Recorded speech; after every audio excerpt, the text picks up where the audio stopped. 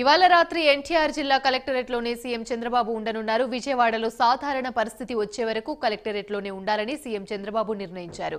ఎప్పటికప్పుడు అధికారులతో చంద్రబాబు సమీక్ష జరుపుతున్నారు. విజయవాడలో సాధారణ పరిస్థితి వచ్చిన తర్వాతే తన నివాసానికి వెళ్తానని అధికారులతో చంద్రబాబు చెప్పారు.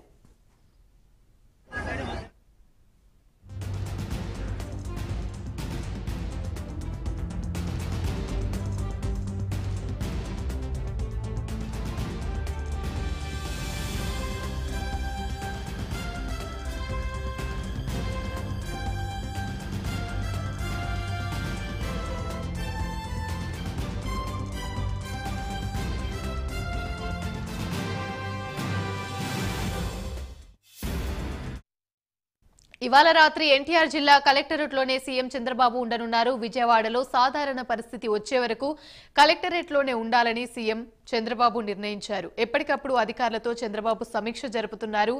విజయవాడలో సాధారణ పరిస్థితి వచ్చిన తర్వాతే తన నివాసానికి వెళ్తానని అధికారులతో చంద్రబాబు చెప్పారు.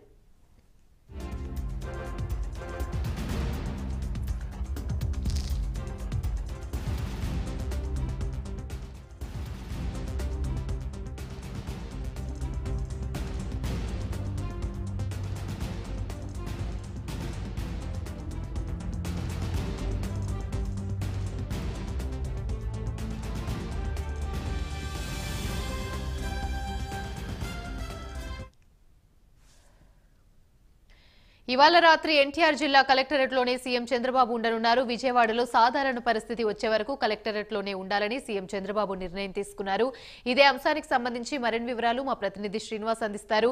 శ్రీనివాస్, చెప్పండి. విజయవాడలో సాధారణ పరిస్థితి వచ్చే వరకు అయితే కలెక్టరేట్లోనే ఉండాలని సీఎం చంద్రబాబు అయితే నిర్ణయం తీసుకున్నట్టు తెలుస్తుంది. అయితే అధికారులతో ఎప్పటికప్పుడు చంద్రబాబు సమీక్ష జరుపుతున్నారు. దీనికి సంబంధించి అసలు పూర్తి అప్డేట్స్ ఏంటి? యామిని, గత 2 రోజులుగా కురుస్తున్న భారీ వర్షాలకి విజయనగరం సిటీ ప్రాంతం అంతా కూడా చుట్టుపక్కల కూడా మొత్తం ముప్పు నెలకొంది. దాదాపు ఇక్కడ స్థానికంగా ఉండే సింగ్ నగర్ కాలనీలో బుడమేరు చెరువు ద్వారా వచ్చే భారీ వరద నీటితో కూడా మొత్తం ఆ ప్రాంతం అంతా కూడా మొత్తం ముంపు నెలకొంది. అలాగే విజయవాడతో పాటు చుట్టుపక్కల ప్రాంతాలు అంటే నూజివీడు కావచ్చు, అలాగే గుడివాడ కావచ్చు, మొత్తం ఈ చుట్టుపక్కల ప్రాంతం అంతా భారీగా వరద నీరు చేరుకుంది.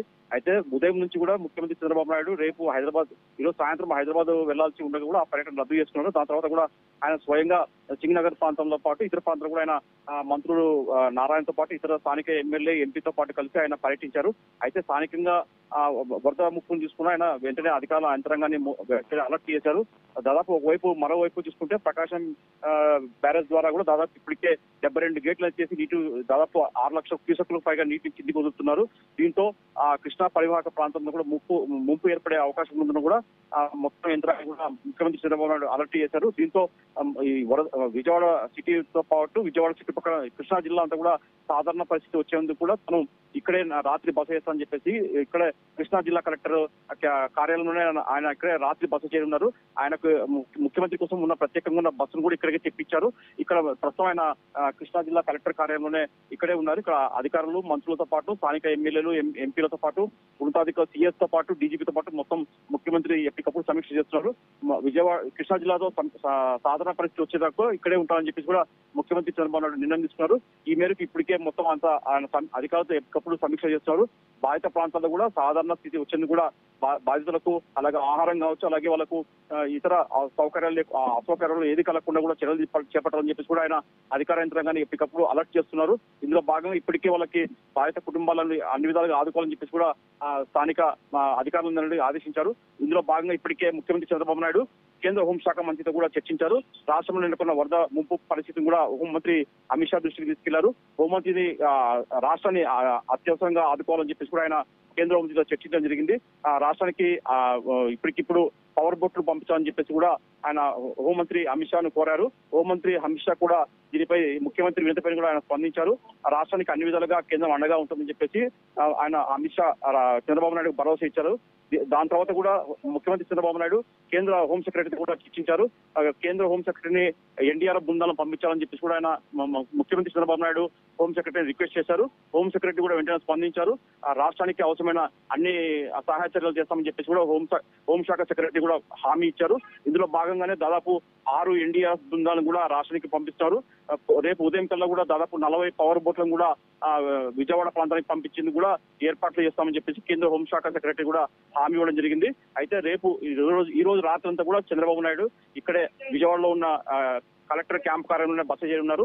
మొత్తం చూసుకుంటే మటుకు ఇక్కడ అధికార యంత్రాంగం అంతా కూడా కలెక్టర్ క్యాంపస్ లోనే ముఖ్యమంత్రి తన క్యాంపు కార్యాలయంగా మార్చుకొని ఇక్కడే మొత్తం సమీక్ష చేస్తున్నారు.